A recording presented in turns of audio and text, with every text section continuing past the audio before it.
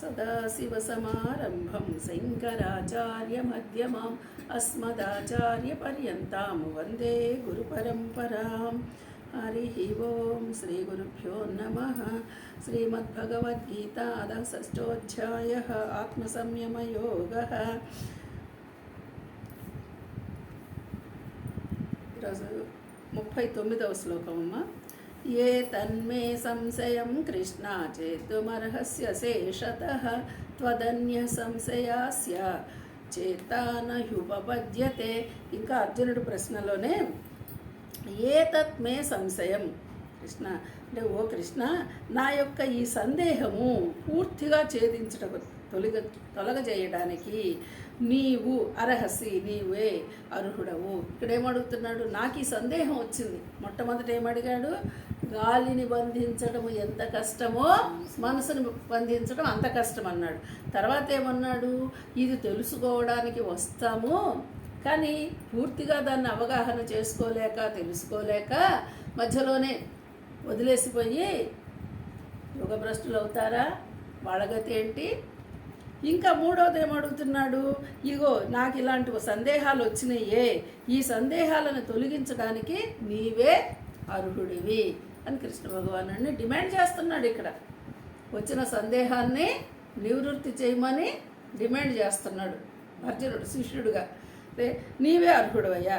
ఎలాగంటే, నీవు తప్ప మరెవ్వడు, త్వదన్య అంటే నీవు తప్పక నాకు ఇంకెవరు ఈ సందేహాన్ని తీర్చేవాళ్ళు లేరు.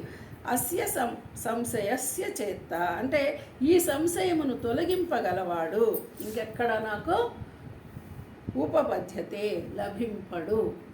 అంటే ఇప్పుడు నాకు ఈ సందేహాన్ని తొలగించేవాళ్ళు ఇంకెక్కడా కూడా దొరకరయ్యా, నీవు తప్ప నాకు ఈ సందేహాన్ని తీర్చగలిగిన వాడు మరొకరు లేరు అని చెప్పేసి ఖచ్చితంగా అంటే చూడండి, ఇక్కడ కమాండింగ్ ఎంత బలవత్తరంగా ఉందో.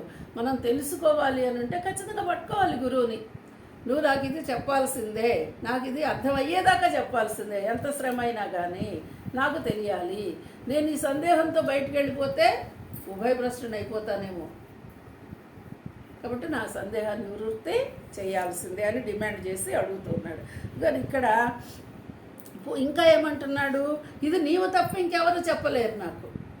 మరి ఏదో కాస్త అలాగా స్తోత్రం చేస్తే కదా దారిలోకి వచ్చి లాలించి పాలించి చెప్పడానికి అవకాశము. నువ్వు తప్ప ఇంకెవరు లేరు అని చెప్పి ఇంకో చోట కూడా ఇహం పరంబులు ఎరగను నీవు తప్పగా అనేది మళ్ళీ కూడా ఇంకో చోట కూడా చెప్తాడు. అంటే అర్జునుడు ఎంతలా సర్వస్య శరణాగతి అయ్యాడో అర్థం. చెప్పించుకోవడానికే ఇంతలాగా అయ్యాడు. తెలుసుకున్న తర్వాత ఇంకా నువ్వేనయ్యా, నువ్వు తప్ప నాకు ఇంకొకటి లేదు, నువ్వు ఏది చెప్తే అది నేను. ఇప్పుడేమో నా సందేహం తీర్చమని అడిగాడు ఇక్కడ 6వ అధ్యాయంలో.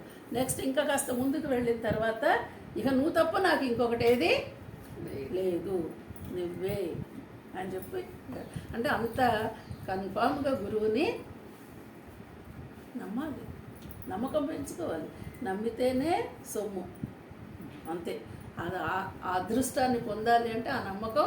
ఇక్కడ అర్జునుడు అదే విషయాన్ని కృష్ణుడి ద్వారా తెలుసుకున్నాడు. కాబట్టి మరెవరికి సఖ్యం కాదయ్యా, నీవే నాకు చెప్పు అని అడుగుతున్నాడు.